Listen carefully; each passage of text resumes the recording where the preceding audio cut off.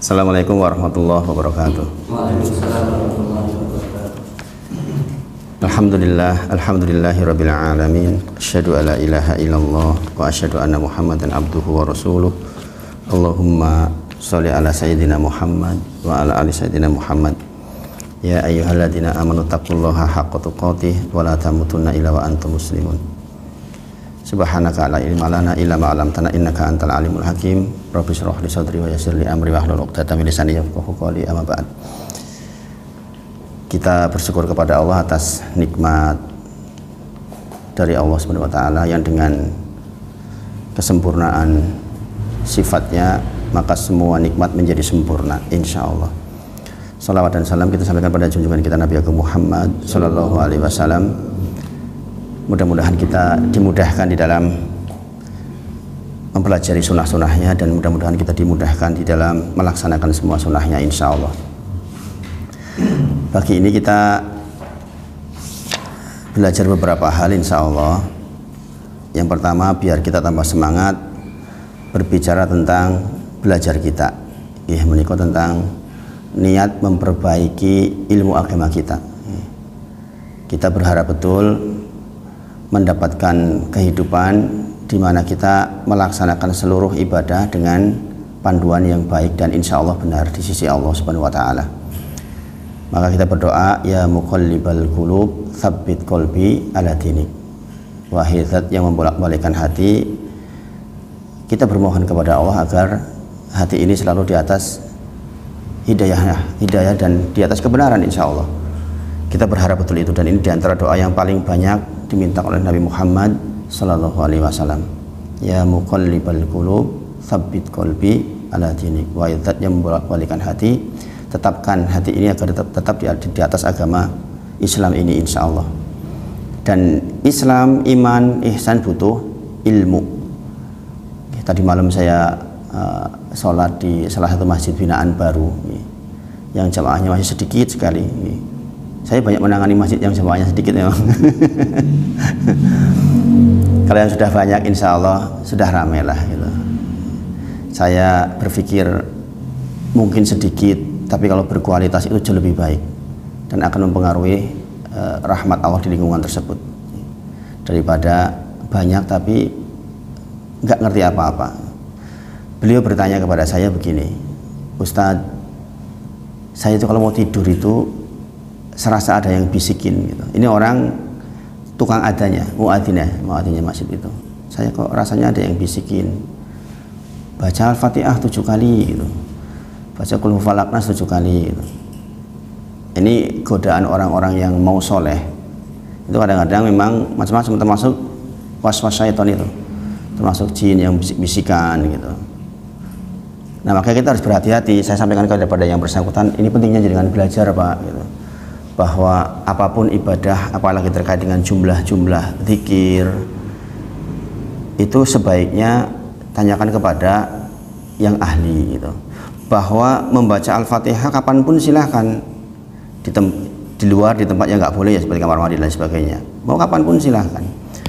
Tetapi kalau kemudian dihubungkan dengan jumlah menjelang tidur harus 7 atau 11 atau 15 dan sebagainya itu butuh dalil. Maka saya sampaikan kepada beliau bahwa yang sunnah diantaranya adalah baca Qul Huwallahu Falaq Nas, itu sunnah jelas 3 kali.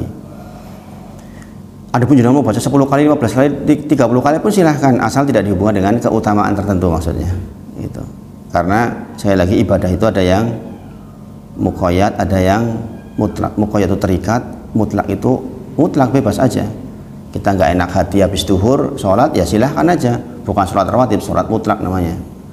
Jam 2 kok rasanya orang tentrem banget ya, itu kita ambil air wudhu sholat nggak masalah, sholat mutlak namanya. Kita sholat kapanpun boleh di luar waktu yang tidak diizinkan, misalnya pada asar sampai maghrib, pada subuh ini sampai suruh kan memang tidak boleh sholat mutlak maksudnya. Selebihnya kapanpun boleh. Nah, tetapi kalau kita menentukan misalnya ada sholat 2 rakaat namanya sholat Rahman misalnya, itu butuh dalil, Nah, sekali lagi ini pentingnya kita belajar. Mudah-mudahan kita dirahmati oleh Allah sehingga kita benar-benar di atas sunnah Nabi Muhammad Sallallahu Alaihi Wasallam. Maka berniat untuk memperbaiki agama kita itu walaupun nanti kita meninggal belum dalam kondisi ahli fikih, mudah-mudahan kita sudah dinilai oleh Allah sebagai orang yang berniat menjadi ahli fikih yang akan dibangkitkan dengan para fuqaha, para ahli fikih. Kita dibangkitkan dengan Imam Syafi'i rahimahullah ta'ala, dengan Imam Malik, karena kita niatnya begitu. Kita niat benar-benar menyelesaikan sampai akhir hayat kita, walaupun mungkin kita tidak sampai, tapi niat kita begitu, niat kita benar-benar menjadi ahli fikih. Nah, ini juga menjadi permaafan ketika mungkin kita masih keliru di dalam ibadah, tetapi memang benar-benar kita nggak tahu, karena kita niatnya sudah benar-benar niat untuk memperbaiki seluruh ibadah kita. Dan ini penting. Ini banyak problem orang tua zaman sekarang itu nggak mau melakukan ini, nggak mau duduk di majelis. Lah wis lha opo none aku koyo ngene ya wis ben wae. Nah, ini jadi masalah nggih. Ingat nggih, barang siapa yang berniat melakukan kebaikan kemudian ia tidak jadi melakukannya, maka ia dicatat oleh Allah mendapatkan pahala kebaikan yang sempurna walaupun belum jadi loh. Hadis riwayat Muslim dan Bukhari, muttafaqun alaih. Maka penting banget persoalan niat ini. Persoalan niat ini penting banget. Di sini dikatakan di beberapa kitab ya, tentang ketika seseorang sudah ambil pedang niat mau membunuh tapi terbunuh, maka dia dapat dosa membunuh. Paham ya maksudnya ya? Dia udah ambil pedang nih, mau niat membunuh, ternyata dia yang terbunuh, tetap dapat dosa membunuh walaupun dia yang terbunuh. Jadi soal niat ini soal yang penting banget. Niat itu bisa merubah sesuatu yang kecil menjadi sangat besar, atau sebaliknya, yang sangat besar menjadi sangat kecil. Ada niat, ada usaha, itu tentu saja menjadi poin tersendiri. Contoh mau haji, niat, kemudian sudah daftar, itu sudah dicatatkan sempurna, walaupun jenengan tidak berangkat haji, Niat mencuri, sudah bawa tangga, jatuh nggak dapat curiannya, tetap dapat dosa mencuri, karena jenengan sudah melakukan tindakan. Monggo. Kemudian niat melihat hal jelek, buka-buka, udah niat tuh, jangan buka-buka HP, niat itu udah niat, jangan lihat hal jelek, ternyata keblok, nggak jadi loh itu, jenengan tetap dapat dosa melihat hal jelek itu. Makanya niat ini penting banget, penting banget. Itulah mengapa orang-orang beriman itu selalu menghadirkan dan menjaga niat di dalam setiap aktivitasnya. Karena niat itu pengaruhnya sungguh sangat besar. Contoh lain misalnya membuka tajasus atau cari-cari kesalahan orang lain, maka sudah dosa ketika membuka-buka akun. Jadi kan buka-buka, jangan niat tajasus, niat menjelek-jelekan orang, cari kejelekan orang lain. Jangan buka-buka akunnya walaupun nggak ketemu kejelekannya tuh di akunnya, di akun Facebooknya, akun Twitternya, akun Instagramnya, jangan sudah dapat dosa tajasus. Dosa karena kita sudah niat untuk mencari kejelekan orang lain. Niat bangun masjid sebaliknya, sudah kumpulin dana, ternyata meninggal, belum diserahkan loh itu kepada panitianya, tetap dapat pahala karena sudah niat. Nah, ini saya pahamkan hal ini untuk diri sendiri juga nih, supaya kita semangat belajar bahwa kita niatnya menjadi fuqaha, niat pengen jadi seperti Imam Syafi'i gitu, pengen menjadi seperti Imam Malik. Tentu saja kita mungkin hampir mustahil sampai, tapi kita niat ingin benar-benar bisa melaksanakan ibadah ini dengan sempurna. An Ibni Abbasin radhiyallahu anhuma an Rasulillah sallallahu alaihi wasallam fi ma yarwihi an rabbihi tabaraka wa ta'ala qala. Dari Ibnu Abbas radhiyallahu anhu dari Nabi Muhammad sallallahu alaihi wasallam yang meriwayatkan dari Rabbnya yaitu Allah Subhanahu wa taala berkata, innallaha, sesungguhnya Allah, katabal hasanati, menulis setiap kebaikan, wasayyiati, dan keburukan, thumma bayana dzalik, kemudian menerangkan tentang hal itu. Sesungguhnya Allah menuliskan tentang hal baik dan hal buruk, kemudian menerangkan tentang hal itu. Summa bayana dzalik. Faman hamma bihasanatin falam ya'malha, barang siapa yang hamma, niat, berniat, bihasanatin, melakukan sebuah kebaikan, falam ya'malha, kemudian tidak mengamalkannya, katabahallahu, maka Allah mencatatkan indahu di sisinya hasanatan kamilatan. Tuh, niat baik kemudian tidak dilakukan, Allah mencatatkan sebagai kebaikan yang kamilatan, kebaikan yang sempurna.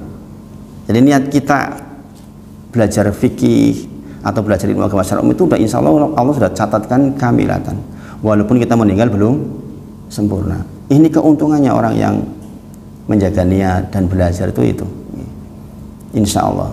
Mudah-mudahan demikian kita termasuk orang yang bisa menjaga niat. Kemudian wa in hamma biha, dan barang siapa yang berniat biha melakukan kebaikan maksudnya, kemudian fa'amilaha, dan diamalkan betul, katabahullahu azza wa jalla indahu asra hasanatin, maka dituliskan bagi dia asra hasanatin, 10 kebaikan. Niat saja tadi 1 kebaikan sempurna, kalau dilakukan maka dilipatkan menjadi asra hasanatin ila sampai sab'i mi'ati dhi'fin, atau sampai 700 kali pelipatan, atau bahkan dikatakan ila adha'afin katsiratin, atau bahkan tak terbatas. Jadi kalau kita niat kemudian dilakukan, bisa jadi dilipatkan menjadi 10 atau 700 atau bahkan tanpa batas, tergantung kualitas keikhlasan kita, terserah Allah. Jadi kita duduk seperti ini harus ikhlas betul-betul karena Allah, betul-betul ingin menghilangkan kejahilan kita. Ini yang seperti ini akan dicatatkan oleh Allah, duduknya pun udah kayak mana tuh pahalanya, besar banget besar banget. Dan di antara pahala yang tanpa batas sebenarnya apa? Pahala sabar duduk, sabar belajar. Dan itu di alam barzah termasuk salah satu yang diperlihatkan oleh Allah di kali pertama itu, di samping sedekah ya, itu adalah pahala atas sabarnya kita.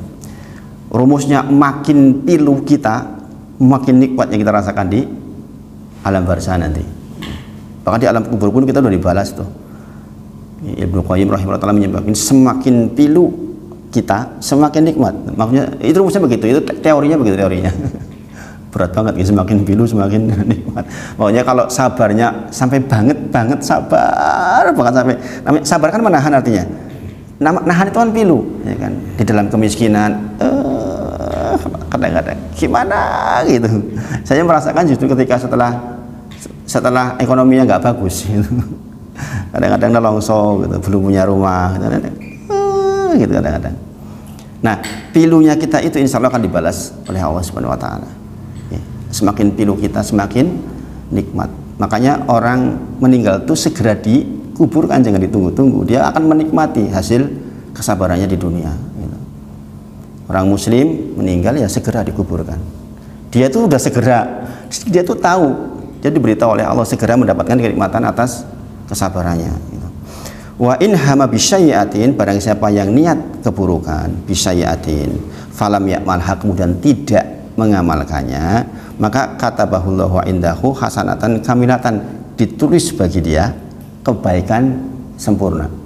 Sebaliknya loh ini, dengan niat jelek kemudian tidak dilaksanakan, maka dia malah justru dicatatkan kebaikan secara sempurna.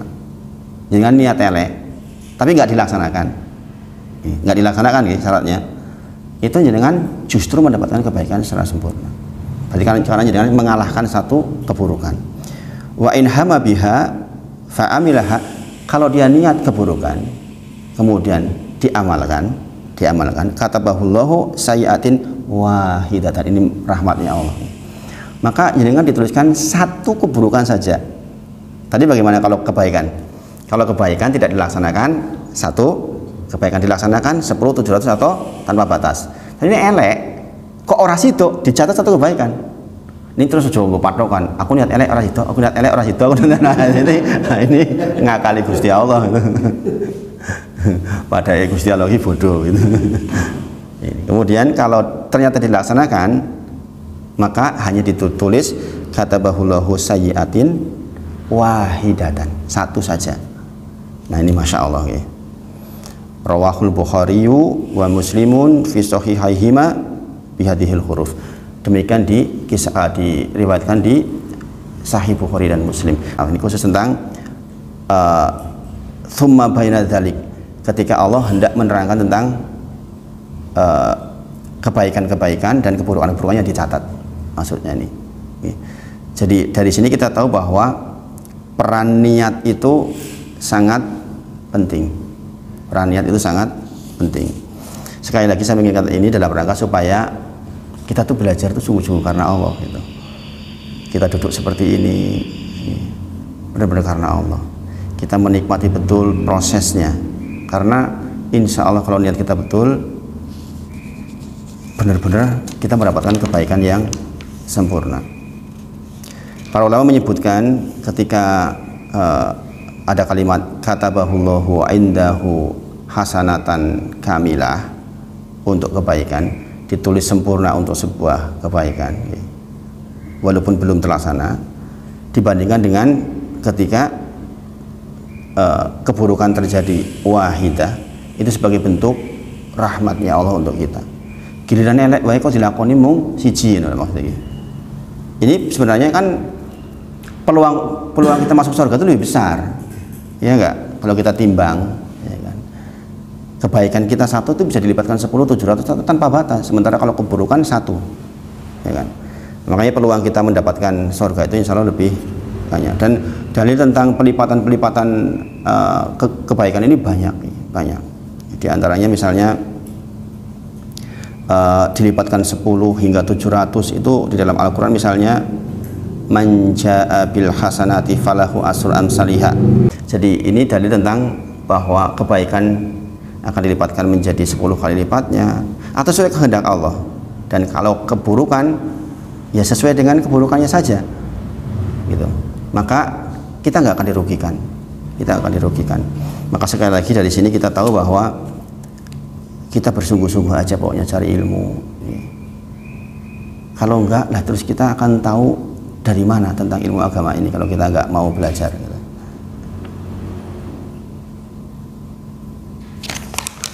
Nah ini tentang babun niat, mudah-mudahan bisa diamalkan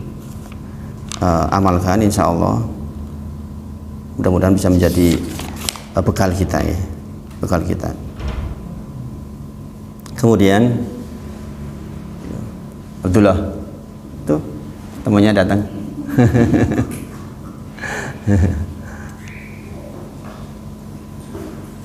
Kemudian tentang hadis yang juga penting selain tentang babul niat, an Abi Hurairah radhiyallahu anhu anin Nabi sallallahu alaihi wasallam, man nafasa an mu'minin kurbatan min kurubid dunya min kurubad dunya nafasahullahu anhu kurbatan min kurubi yaumil qiyamah. Nah ini penting juga. Barang siapa yang menghilangkan kesusahan-kesusahan di dunia atas kesusahan orang mukmin, maka Allah akan menghilangkan kesusahannya dari kesusahan-kesusahannya di akhirat. Ini penting, ini penting. Jadi jangan setelah menjadi orang yang belajar, niatnya sudah betul, seperti berharap seperti para fuqaha, maka kemudian diantara prakteknya adalah ini hadis ini, man nafasa an mu'minin kurbatan min kurubad dunya, barang siapa yang menghilangkan kesusahan dari kesusahan-kesusahan dari seorang muslim, maka Allah akan menghilangkan kesusahan-kesusahan dari kesusahan-kesusahannya di akhirat. Kemudian wa man yasaro ala mu'sirin yasarohullahu alaihi fid dunya wal akhirah, barang siapa yang memberi kemudahan orang yang kesulitan, dalam hal ini adalah tentang persoalan hutang ini. Barang siapa yang memberi kemudahan orang yang kesulitan, yaitu orang yang berhutang. Jenengan ketemu orang yang berhutang nih, berhutang ke orang lain atau berhutang ke jenengan, kemudian kok jenengan bayari hutangnya, atau kalau hutang ke jenengan bebaskan hutangnya, maka Allah akan memberi kemudahan baginya dari kemudahan-kemudahan di dunia dan di akhirat, langsung di dunia dan di akhirat. Jadi khusus untuk persoalan memudahkan kesulitan orang, maksudnya hutang ini langsung sama Allah dibalas di dunia dan di akhirat. Jadi jangan coba praktekkan deh, bebasin hutang satu orang gitu.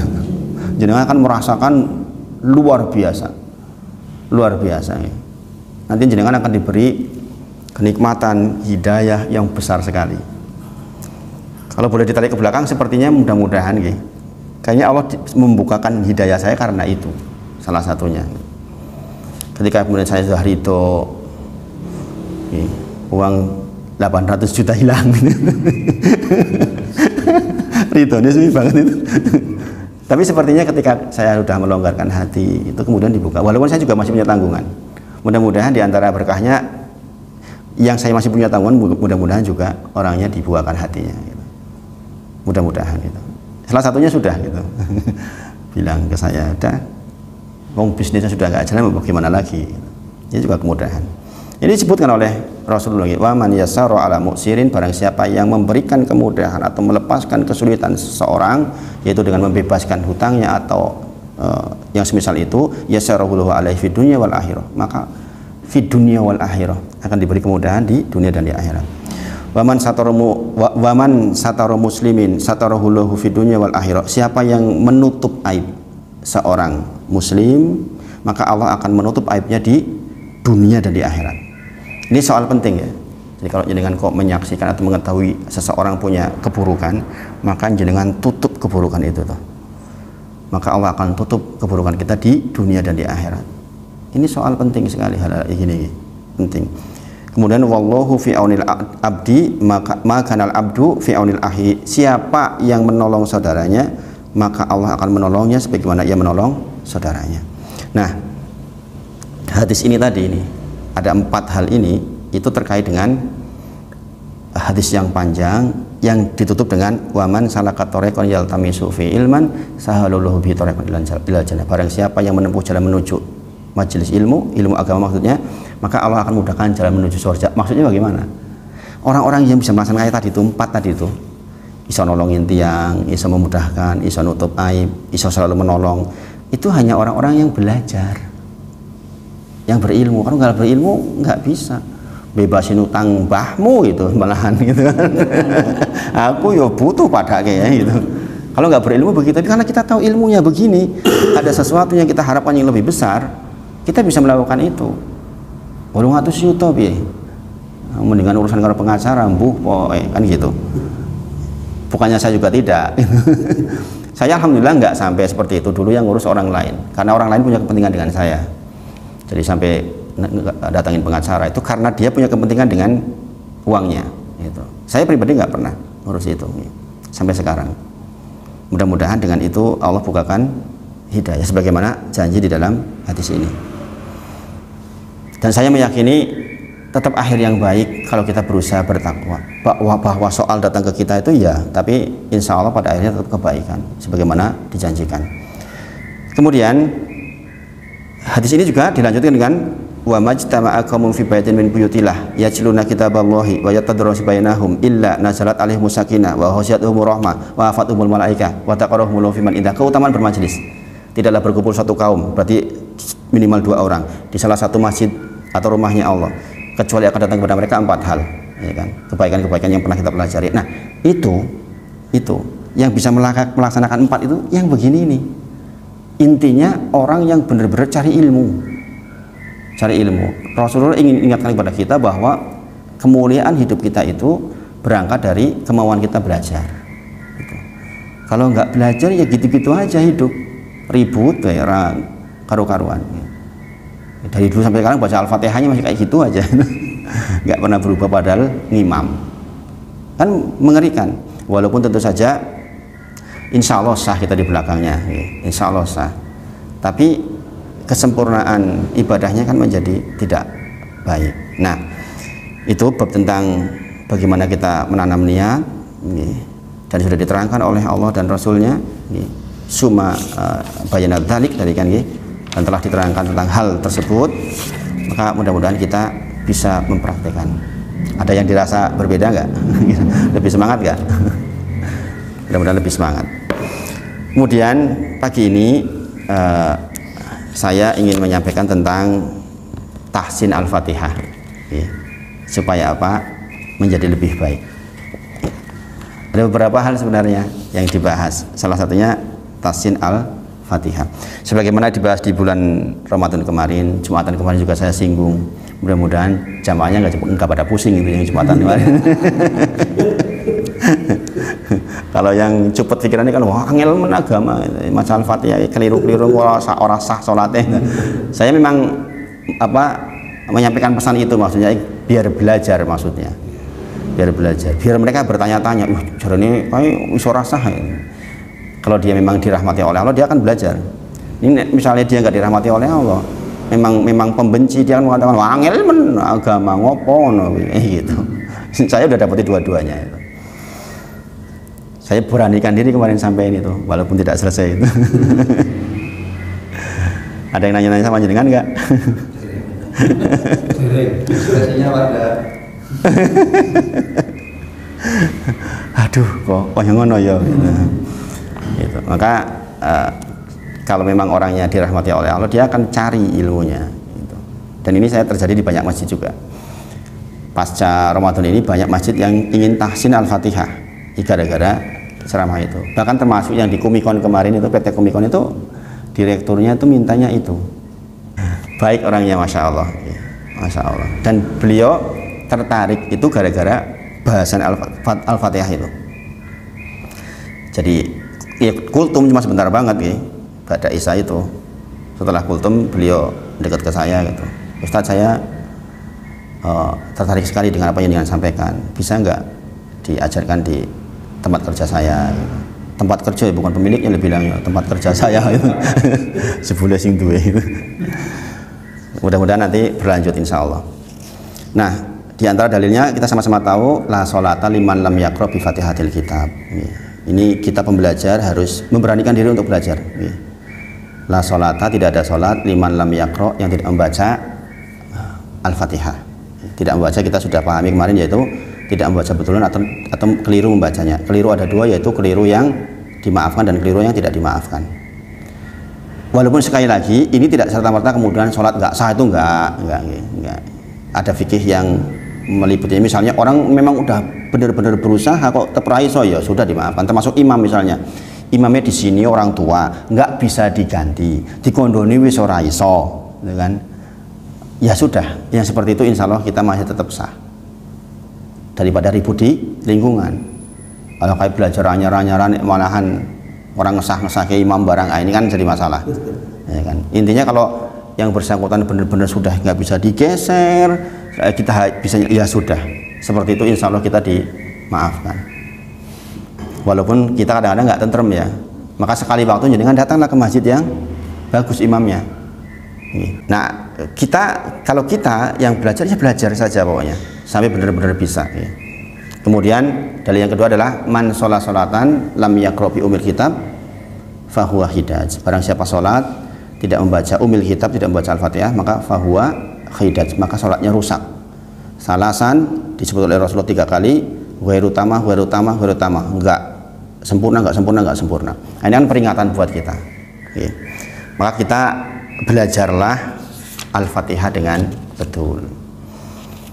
Kemarin ayat pertama yang menjadi pengingat adalah tentang ada 2 kekeliruan, yaitu kekeliruan yang dimaafkan dan kekeliruan yang tidak dimaafkan. Contoh, Bismillahirrahmanirrahim. Ingat-ingat, ini kita belajar lambat-lambat ya. Bis, di situ ada sin. Sin itu sifatnya adalah hamas dan sofir. Ini kita lambat-lambat, jadi kan nggak perlu tergesa-gesa. Bis itu hamas berarti ada udara yang mengalir.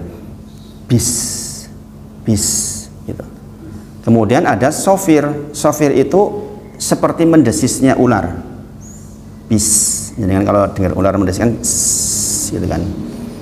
Jadi ingat-ingat, bis itu ada sofir dan ada hamas. Jadi bukan bis. Jadi ngalir, nggak mandek. Bis ngalir aja, gitu. Ringan. Bismillah. Nah, kemudian millah di situ la-nya bismillah itu dibaca tarkik namanya. Tarkik itu tipis, bukan tafkhim, tapi tarkik. Karena apa? Lafzul jalalah Allah di situ didahului dengan kasroh. Makanya kalau Allah berarti kan fathah, kemudian lam, kemudian ha. Kalau dia dahulunya fathah maka tebal Allah. Tapi kalau bismil karena didahului kasroh jadinya tipis. Bismillah, bismillah, bukan bismillah. Ini beda kan? Allah. Kalau millah tipis. Ya, namanya tarkik. Nah, jadi bismillah bukan bismillah, beda kan? Ya. Nah, ini penting. Ya. Karena kita belajar ini hal-hal seperti ini penting. Ya. Kemudian juga jangan sampai sin itu membalik bism atau bismillah. Nah, ini banyak juga terjadi. Harusnya benar-benar ngalir bismillah, bismillah, bukan bismillah, ya kan? Ini kalau jangan belajar seperti ini, insya Allah mantap Al-Fatihahnya. Lucunya gitu, di masyarakat seringkali ada orang gitu, menyalahkan orang lain sementara dia sendiri nggak berilmu. Kakak saya yang di sini itu kan udah belajar, bahkan jadi pengajar tahsin, pulang ke Cilacap salah-salah kayak gitu. Disalah-salah kayak gitu, baca wattini wazzaitun waturi sinin. Iki apa iki kok mburine dawak-dawake ngono kuwi? Kesuwen le maca. Bayangin. Dianya bukan orang yang pandai menerangkan. Tahu ilmunya nih, orang pintar nerangke. Jawabannya dia, ayo lihat aja di YouTube itu kan banyak. Oh, pantas gurumu YouTube kok. Aduh, akhirnya saya yang datang. Saya katakan ke dia, Mas, jenengan menyalahkan wattini wazzaitun, jenengan menyalahkan panjang, alasannya apa? Ya itu kan nggak kayak gitu, nggak kayak gitunya. Kenapa? Sekarang sebelum jenengan menyalahkan, saya tanya dulu, apa jenengan tahu nggak arti mad tobi'i atau mad asli? Ternyata nggak tahu. Lah kalau hukum mad tobi'i atau mad asli aja nggak tahu, lah kok iso nyalahke? Ayo masalah banget gitu. Definisi mad tobi'i atau mad asli aja nggak tahu, gimana akan cerita mad arid li sukun? Di sini namanya mad arid li sukun ya. Nanti kita akan ketemu di Al-Fatihah. Ini pentingnya kita memahami ilmu. Sekali lagi, kesalahan yang sering terjadi bism, karena orang menganggap itu bisa balik. Padahal sin itu sifatnya adalah hamas dan sofir. Hamas itu mengalir udaranya, sofir itu ada desisannya. Jadi beda dengan sya, dengan sot, lain lagi sifatnya, ya kan? Mempelajari hal seperti ini penting sehingga kita bisa mantap bacanya. Bismillahirrahmanirrahim. Nah, tadi milla adalah tarkik, dibaca tipis, bukan seperti Allah, Allahu Akbar. Kalau orang yang tahu adzan aja kan kita langsung tahu ini orang bacanya bakal berat atau salah. Allah, Allah, Allah kan beda, ya kan? Kalau didahului fathah maka dibaca tafkhim, dibaca tebal. Allahu Akbar, Allahu Akbar. Tapi kalau millah, la tipis. Bismillahirrahmanirrahim. Nah, hir di sini ada alif lam samsiah namanya. Ini kan harusnya ngadep itu Al-Quran. Ada Al-Qurannya nggak di sini, Pak? Kalau ada, ngadep Quran, hati-hati Qurannya. Kita belajar lambat-lambat, tapi satu ayat, tapi mudah-mudahan paham. Karena ini soal penting buat kita, insya Allah.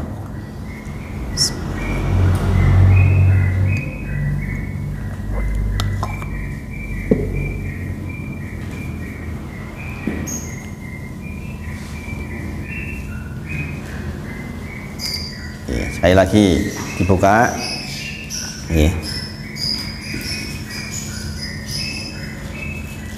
Bismillahirrahmanirrahim.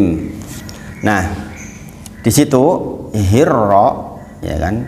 Hirra ada alif lam samsiah namanya. Yang hukumnya alif lam samsiah itu nggak dibaca. Oke. Kenapa kok dinamakan alif lam samsiah? Karena di situ ada huruf alif lam bertemu dengan huruf samsiah, yaitu ro. Maka dibaca Bismillahirrahmanirrahim. Artinya alif lamnya nggak dibaca, langsung masuk ke ro. Ini namanya alif lam samsiah. Bismillahirrahmanirrahim. Nah, kalau dengan bertemu seperti itu berarti gitu cara bacanya. Nanti dimanapun, nggak di Al-Fatihah pun, kalau alif lam kok ketemu dengan huruf samsiah, nanti kita sebutkan huruf samsiah itu apa saja, nanti jangan pelajari. Ini pokoknya kita belajar di Al-Fatihah dulu. Saya khawatir kalau saya sebutkan suruh ngapal huruf samsiahnya nanti malah dengan pusing. Pokoknya yang sekarang dulu ya di Al-Fatihah dulu aja. Ini metode belajar dipermudah maksudnya. Bismillahirrahmanirrahim. Nah, ha itu juga ada hamas, yaitu mengalir. Di sini ada anginnya mesti. Bismillahirrahmanirrahim. Ringan, nggak ada kotorannya. Itu ha. Kalau kho kan ada kotorannya. Ya, kalau ha itu bersih banget. Pokoknya kayak dengan nyapu bersih, serana kotorannya. Maka di situ sifatnya adalah hamas. Bismillahirrahmanirrahim. Bukan roh, tapi roh. Bismillahirrahmanirrahim. Nah, kemudian ma di situ ada fathahnya ngadeg apa turu? Fathahnya di atas ma. Berdiri apa tidur? Berdiri. Nah, itu. Kalau berdiri itu sama dengan seperti ada alif setelahnya. Ya, okay. Bismillahirrahmanirrahim. Ma di situ namanya mad tobi'i. Itu yang saya tadi tanyakan. Mad tobi'i atau mad asli, yaitu dibaca satu ayun atau dua harokat. Ya, kalau di metode Umi dengan satu ayunan karena lebih mudah. Okay. Bismillahirrahmanirrahim. Itu kan jadi satu ayun, lebih enak. Okay. Bismillahirrahmanirrahim. Ada kalau orang bilang satu alif, gitu. Itu namanya mad tobi'i, dipanjangkan sedikit. Gitu. Bismillahirrahmanirrahim. Ketemu lagi alif lam samsiah, nirra alif lam yang tidak dibaca. Gitu. Bismillahirrahmanirrahim. Nah, di situ lagi kan nirra, juga ro-nya dibaca tafkhim. Sekali lagi ro karena berharokat fathah. Pokoknya kalau ketemu ro kok harokatnya fathah, dibaca tebal, bukan ra tapi ro gitu. Bismillahirrahmanirrahim, bukan bismillahirrahmanirrahim. Kan beda tuh. Dibacanya tebal. Bismillahirrahmanirrahim. Nah, kemudian ro, dengan perhatikan ro itu mengangkat lidah ke langit-langit, ro, dan tidak digetarkan banyak, bukan bismillahirrahmanirrahim, bukan. Kadang-kadang ada yang begitu. Maksimal tuh 2 getaran sebenarnya. Bismillahirrahmanirrahim, bukan hirrah, bukan gitu. Kadang-kadang dikiranya kayak gitu fasih, fasih banget. Bismillahirrahmanirrahim. Itu malah keliru. Itu malah keliru karena ro itu hanya 2 getaran saja dan tidak mencucu. Ro itu tidak mencucu. Ro itu tidak melibatkan bibir. Bismillahirrahmanirrahim sama toh? Kalau kita bismillahirrahmanirrahim, ini cekel ora dadi. Bismillahirrahmanirrahim. Nah, kemudian him itu ada hukum namanya mad arid lis sukun. Ini penting ya. Ini karena memang berulang-ulang nih. Mad arid li sukun adalah ya, mad tabi'i bertemu dengan huruf hijaiyah yang disukun atau diwaqaf. Yaitu di sini ada mad tabi'inya apa? Mad tabi'inya adalah hi, yaitu kasroh ketemu ya, kemudian bertemu dengan mim yang disukun. Sebenarnya kan nggak juga himi toh, tapi karena berhenti jadi sukun. Nah, jangan perhatikan. Mad tabi'i itu ini dasar banget ini. Ini jangan hari ini dapat ini.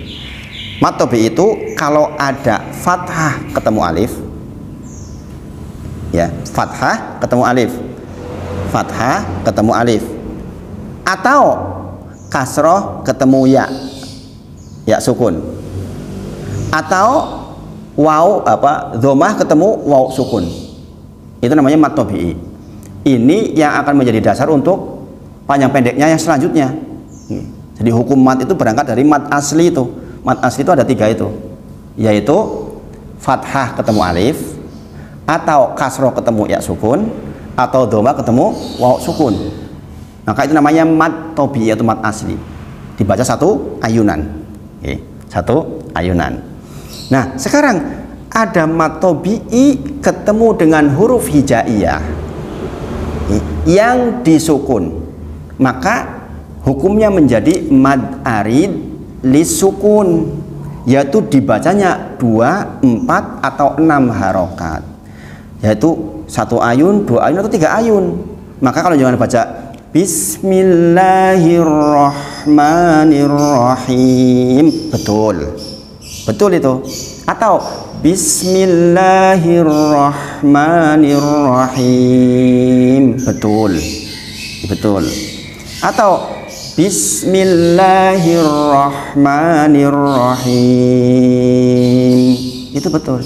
Makanya jangan kalau memperhatikan ada orang yang baca Al-Fatihah dipanjangin, baik 2, 4 atau 6 harokat, betul, namanya mad arid lisukun. Nah, berarti tadi yang wattini wazzaitun, karena memang di situ ada mad tabi'i bertemu dengan huruf hijaiyah yang disukun, maka dipanjangkan, boleh dipanjangkan 2, 4 atau 6.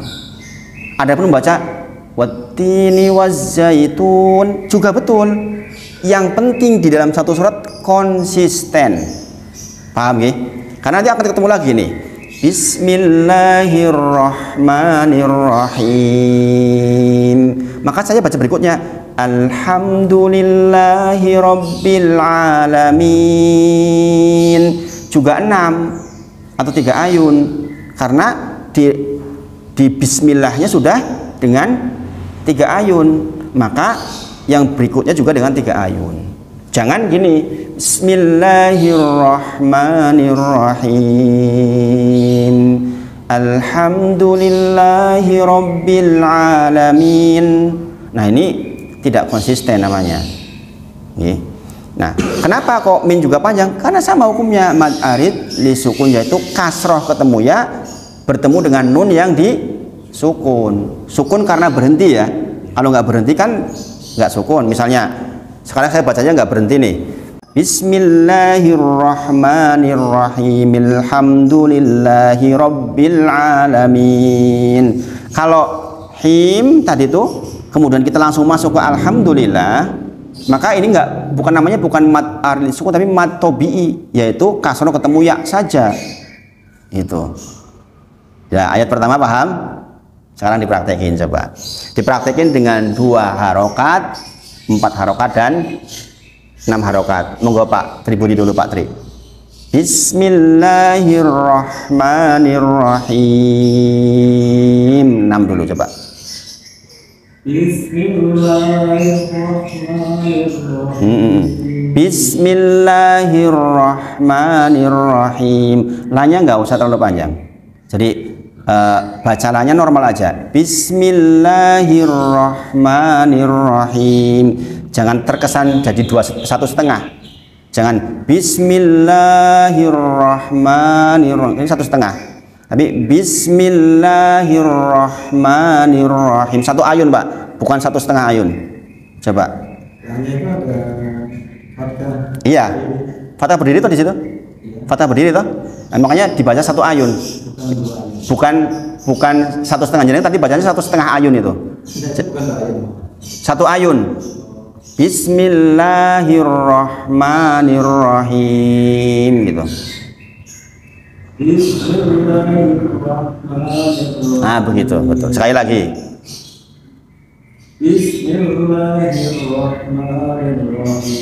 Nah gitu. Sekarang baca yang panjang himnya sampai 3 ayun. Bismillahirrahmanirrahim. Sambil gini nggak apa-apa Pak kalau dengan lagu-lagu. Sambil pegang tangan gini. Apa? Isyarat gini loh. Bismillahirrahmanirrahim. Nah, nampak. Bismillahirrahmanirrahim. Nah, coba Mas jangan Mas Awan. Bismillahirrahmanirrahim. La sama ma-nya jangan 1,5, 1 ayun aja. Bukan Bismillahirrahmanirrahim, bukan gitu, tapi Bismillahirrahmanirrahim. Bismillahirrahmanirrahim. Ma-nya masih kepanjangan. Bismillahirrahmanirrahim. 1 ayun. Bismillahirrahmanirrahim. Nah, ha bersih. Him, benar-benar bersih, nggak ada kotoran sedikit pun. Jangan sampai Bismillahirrahmanirrahim kayak ada kho-nya. Sekali lagi Mas. Bismillahirrahmanirrahim. Ha jangan sampai ada masuk kayak ha. Him, coba bedanya dengan sekarang mengucapkan mahroj ha, kho sama ha, coba. Ha, kho, ha. Sekali lagi ha, kho, ha. Coba sekarang baca lagi. Bismillah. Bismillahirrahmanirrahim. Sekali lagi la dan ma itu benar-benar 1 ayun ya, jangan 1,5 ayun. Bismillahirrahmanirrahim. Ma la kan 1 ayun, kalau la itu kan 1,5 ayun. Bismillahirrahmanirrahim. Coba sekali lagi. Bismillahirrahmanirrahim. Nah, hirro, ingat-ingat gini, hirro ro-nya tebal karena dia berharokat fathah. Hirro, kemudian ro-nya getarnya nggak usah banyak-banyak. Bismillahirrahmanirrahim. Sekali lagi. Bismillahirrahmanirrahim. Ditekan ya, hirro sama nirro. Coba sekarang Pak, jalan Pak. Bismillahirrahmanirrahim. Ini kayaknya karena Pak faktor subuh ini. Jadi berat banget. Diringankan Pak. Bis. Bismillahirrahmanirrahim. Him. Coba. Him. Jangan ada unsur him, jangan ada unsur him. Agak serak gitu. Iya. Coba sekali lagi. Bismillahirrahmanirrahim. Bukan him bersih. Bukan him, bukan bismillahirrahmanirrahim. Bukan Pak. Bismillahirrahmanirrahim. Him. Bismillahirrahmanirrahim. La-nya jangan tebal, bukan la, bukan bismillah, bukan Pak. Bismillah, la bukan la. Bismillah. Coba aja bismillah dulu. Nah, bukan lo tapi la biasa. Bismillah gitu. Bismillah. Ya coba terusin. Bismillahirrahmanirrahim. Nah, jadi perhatikan lam itu bedanya tipis dan tebal tuh di la atau la kan beda. Jadi kalau yang di sini tipis, tarkik. Bismillahirrahmanirrahim, bukan bismillahirrahmanirrahim, bukan bismillahirrahmanirrahim.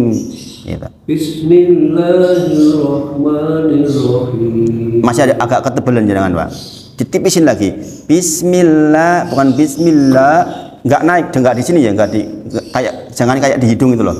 Bismillah, la tipis. Bismillahirrahmanirrahim. Bismillahirrahmanirrahim. Nah, itu udah kurang bagus. Pokoknya jangan kurangi sekali lagi la-nya, pokoknya ditipisin. Problem jenengan di la.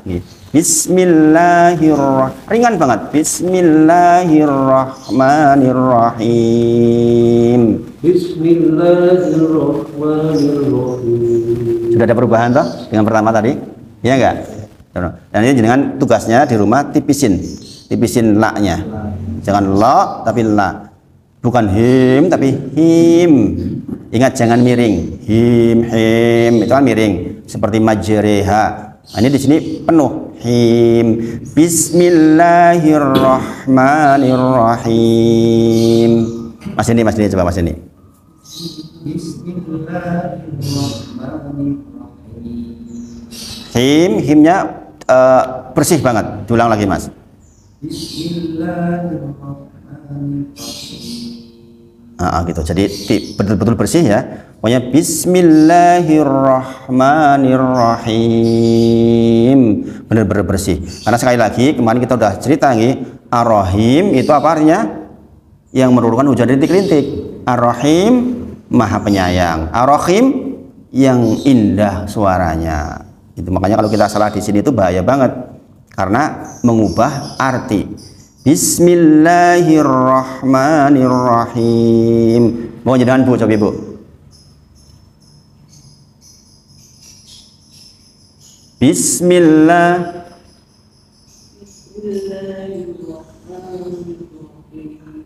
Nih, him itu boleh him atau him gitu. Oke. Nah, ini ayat pertama kita pelajari. Ayat pertama dulu nih. Ayat pertama nanti di rumah di. Jangan katakan nanti saya itu kalau berdiri itu namanya tahunya itu Dua harokat itu satu ayun. Dua harokat betul. Dua harokat itu satu ayun. Satu ayun itu dua harokat betul, dua harokat. Jadi kenapa satu ayun dua harokat? Karena dari titik ini ke titik ini. Jadi memang itu dua harokat betul, dua harokat Pak. Dalam Berarti kalau satu harokat itu satu titik. iya satu ketukan. Iya. Iya. Tapi bukan setengah harokat loh ya. Nanti ada pelajarannya nih. Misalnya di bagian apa? Ya nanti berikutnya lah. Nanti ada orang yang baca saking takutnya baca keliru. Kadang-kadang ada yang baca setengah harokat langsung gitu. Iya, kayak di seret gitu ya. Iya. Nanti kita di ayat berikutnya insya Allah belajar itu. Jadi itu betul Pak, dua harokat maksudnya satu ayat itu ya dua harokat itu. Bismillah, tapi bukan satu setengah, bukan satu setengah, bukan tiga harokat maksudnya Pak. Tadi yang dengan baca pertama itu tiga harokat, bukan dua harokat. Kalau Bismillahirrahmanirrahim itu tiga harokat. sebenarnya saya pengen tadi menebalkan ada tasjidnya itu jadinya mungkin ada kepanjangan. Ya, kegeret tadi itu. Kegeret. Kan rasanya juga di kuping kita agak normal tuh. Ya kan kalau jenengan baca tiga harokat agak ada yang aneh mesti. Rasanya kok ada yang aneh gitu. Dan yang namanya ketukan itu harus konsisten. Maksudnya begini, jenengan baca seperti itu boleh asal yang lain juga seperti itu. Misalnya satu ketukan saya misalnya gini, atau dua ketukan saya adalah Bismillah. La itu dua ketukan, berarti empat ketukannya la kan gitu. Kalau dua ketukannya dengan gini la, berarti kedua ketukannya adalah empat ketukannya adalah la gitu maksudnya, paham ya? Jadi ketukan itu tergantung standar orang pakai pertama satu ketukannya berapa itu yang paling penting. Tapi kan secara umum normal bacaan ketukannya hampir-hampir mirip sebenarnya. Walaupun ada bacaan-bacaan tertentu orang yang misalnya kayak qiraah kan panjang-panjangin tuh. Satu ketukannya dia kayak 6 ketukannya kita. Gitu. Itu maksudnya nggih, paham nggih? Jadi itu betul Pak, dua harokat satu ayun maksudnya. Bismillahirrahmanirrahim. Jangan satu setengah ayun, jangan tiga ketuk maksudnya. Paham ya? Paham.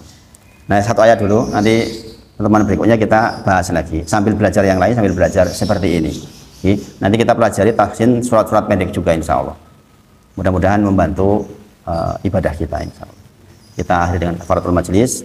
Subhanakallahumma wa bihamdika asyhadu an la ilaha illa anta astaghfiruka wa atubu ilaik. Wa akhiru da'wana alhamdulillahi rabbil alamin. Assalamualaikum warahmatullahi wabarakatuh.